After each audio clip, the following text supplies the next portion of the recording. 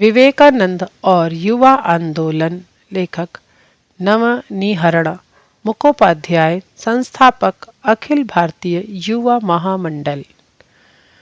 अनन्याय प्रकार के आंदोलनों से यदि हमारी अंतर्क्षुधा शांत हो गई होती तो युवा आंदोलन का कभी जन्म ही नहीं हुआ होता। सच्चा युवा आंदोलन केवल व्यक्ति को ही नहीं, समाज को, पूरी मानव सभ्यता को जरा वार्धक्य के पंजों से मुक्ति दिलाना चाहता है तथा मानव जाति की तरुणाई को अमरता प्रदान कर उसे अक्षुण्ण बनाए रखना चाहता है। तभी तो युगों युगों से युवक प्राणपन्न से हर प्रकार के अनन्याय, अधर्म और कायरता के विरुद्ध, क्लैव्यता और अज्ञानता के विरुद्ध, अधर्म और कायरता के विरुद्ध, सभी प्रकार के बंधनों के विरुद्ध संग्राम करते आ रहे हैं। बहुत से लोग ऐसा मानते हैं कि जर्मनी के कार्ल फीसर ने 1897 ईस्वी में इस आंदोलन को जन्म दिया, लेकिन यह बात सत्य नहीं है। मानव सभ्यता जब भी जरा वार्धक्य की व्याधि से ग्रस्त हो जाएगी, उसी समय युवा आंदोलन की सृष्टि हो जाएगी। प्राचीन युग में हमारे पूर्वज राम राज्य का स्वप्न देखा करते थे। ग्रीस के लोग एक आदर्श प्रजातंत्र को स्थापित करने का स्वप्न देखते थे। मानव सभ्यता एवं संस्कृति के प्रारंभ से ही मनुष्य के मन में यह प्रश्न उठता रहा है कि उनके जीवन का उद्देश्य क्या है, वह क्यों जीवित हैं, उनके जीवन धारण की सार्थकता किसमें है।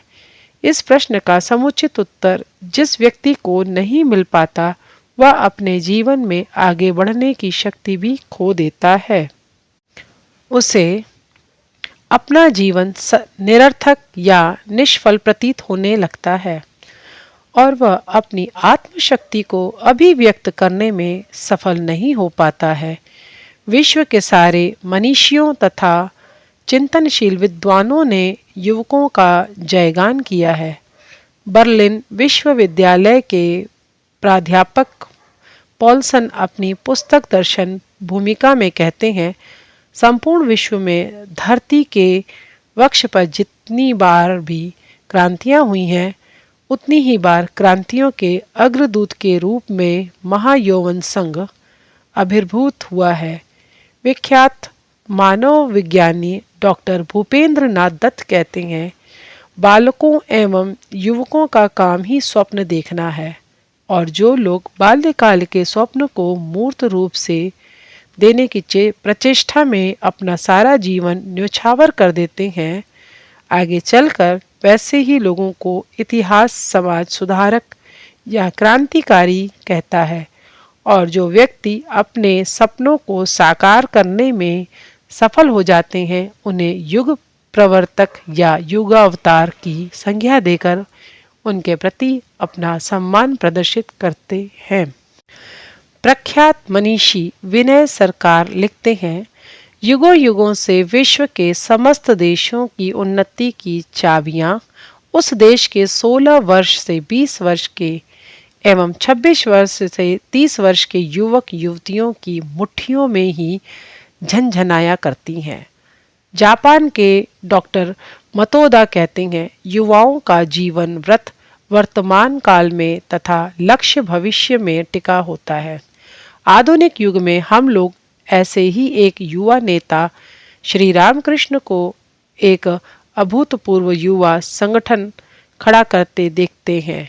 वे दक्षिणेश्वर के काली मंदिर में अपने कमरे की छत पर खड़े होकर युवाओं को ही अपना निकटस्थ सहयोगी मानते हुए आह्वान करते हैं, तुम सब कहाँ हो रे, आओ।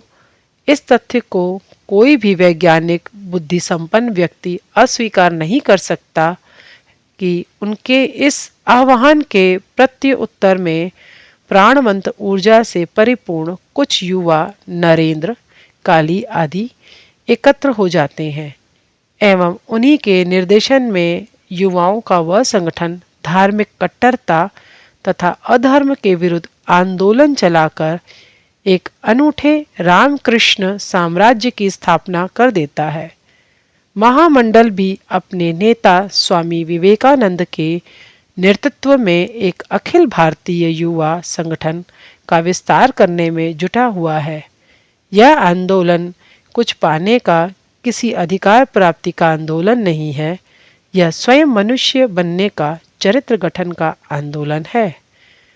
आज यह बात समझ में आ रही है कि किसी भी दिशाहीन एवं बिखरे हुए छिटपुट आंदोलनों से देश की समस्याओं का समाधान कभी नहीं होने वाला है। आवश्यकता है वैश्विक और सार्वभौमिक कल्याण की नींव पर आंदोलन खड़ा करने की, जिसके उपादान हमें रामकृष्ण विवेकानंद विचारधारा में सहज ही संपूर्णता में मिल जाएंगे। तभी स्वामी विवेकानंद ने कहा था, भारत माता हजारों युवकों का बलिदान चाहती है, जो साहसी, विश्वासी, चरित्रवान, निस्वार्थी तथा बुद्धिमान होते हैं। केवल वे ही इतिहास की रचना करते हैं। चरित्र निर्माण एवं मनुष्यत्व का प्रस्फुटन ही सार्वभौमिक कल्याण की कुंजी है।